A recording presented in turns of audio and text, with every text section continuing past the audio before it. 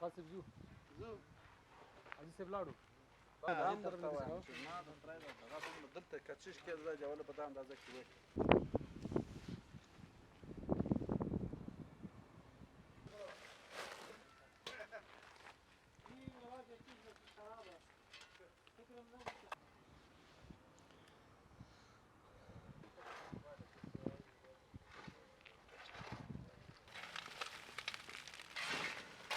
افغان قوله چې دا هغه په کم ریټ باندې زموږ ګاونډي هیواد پاکستان ته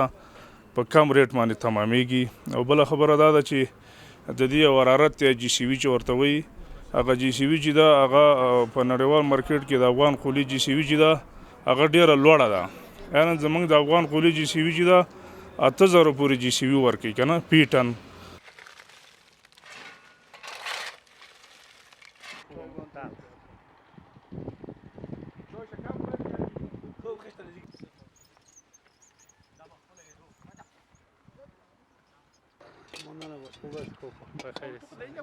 زغال به اندازه که شب و روز ما